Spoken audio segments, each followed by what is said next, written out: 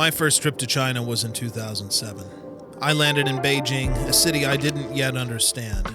A place with more people in 1 square kilometer than I had ever imagined possible. Eventually, I would come to love the place and live there. But for now, I was full of nerves, curiosity, and the naive confidence that comes with youth and a passport. But it wasn't Beijing that left the deepest mark. That came later, in a place no guidebook ever suggested. Fengyang. Fengyang isn't built for tourists. It's dusty, historic, quietly stubborn. It's not the place people move to looking for work. It's the place they come home to when they've finally made it in life or just failed. I didn't come here for adventure. I came because of family, the same thing that anchors most of its residents to the place. Most foreigners in China orbit the same cities: Shanghai, Beijing, maybe Shenzhen.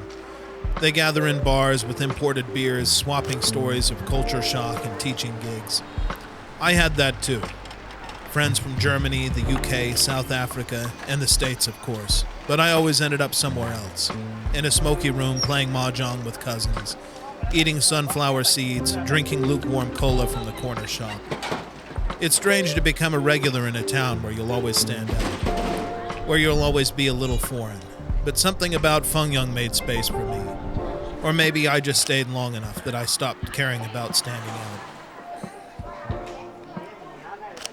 The street vendors knew me. The aunties at the vegetable market asked if I'd eaten. Strangers would recognize me as so-and-so's dad, and that was enough. Life near Fengyang wasn't glamorous. It was sweat in the summer, coal smoke in the winter, long rides on slow buses, and the comfort of repetition. I wasn't just visiting anymore. I was living between two worlds. WeChat on one side, WhatsApp on the other. Chopsticks at one table, and trying to keep my skills with knives and forks at another. It's not always easy living like that, but it taught me something I wouldn't trade for anything. That home doesn't have to be where you're from. Sometimes it's where you return, again and again. I've been back in the States for a while now, and I find it a bit ironic. Back when I was living in China, my thoughts would drift. Pine trees, Appalachian fog, the endless stretches of desert in the Southwest. I'd romanticize America like it was some kind of mythical homeland. But now that I'm here, I don't quite fit anymore. It's not that anything's wrong. People are kind, the streets are wide, the systems mostly work, but it lacks something I didn't know I'd grown so used to. A certain energy, the friction and flow of life in China. What I miss, as it turns out, isn't cheeseburgers or spaghetti. It's lanzhou la mian, hand-pulled noodles in a steaming bowl after a long walk through a crowded street. It's sitting on tiny plastic stools with friends, huddled around a smoking grill, skewers sizzling, drinking warm beer, and talking late into the night. And when the silence hits, on quiet mornings and long parking lots, in the hum of a grocery store's freezer aisle, my mind doesn't go back to childhood haunts or old American towns. It goes back to Fengyang, to those dusty roads, to the rice paddies and whispering fields, the smell of coal fires and morning baozi, the chatter of dialect I never fully mastered but somehow understood. I didn't expect that, but maybe home isn't always where you're from. Maybe sometimes it's where your memories choose to land. So where does that leave me? It's been years, but I still find myself homesick for a place halfway across the world.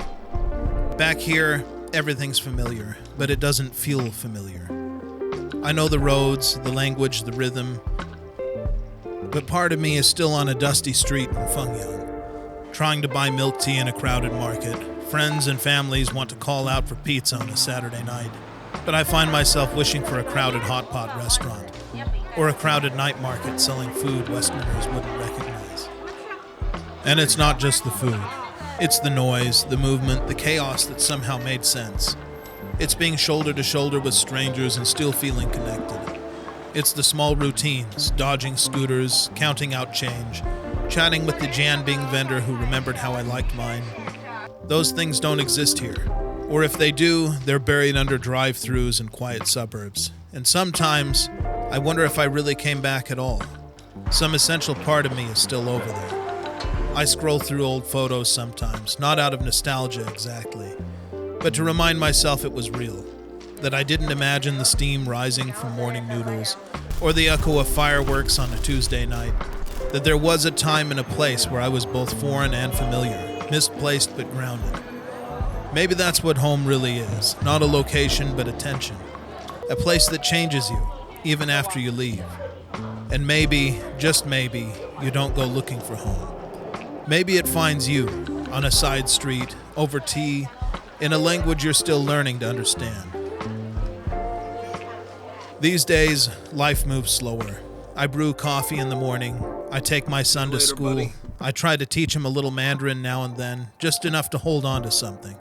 Sometimes we'll sit down to dinner and I'll catch myself using chopsticks to eat spaghetti. I still shoot photos, film mostly. There's something comforting in slowing things down, in framing a moment that feels like a memory, even before it's passed.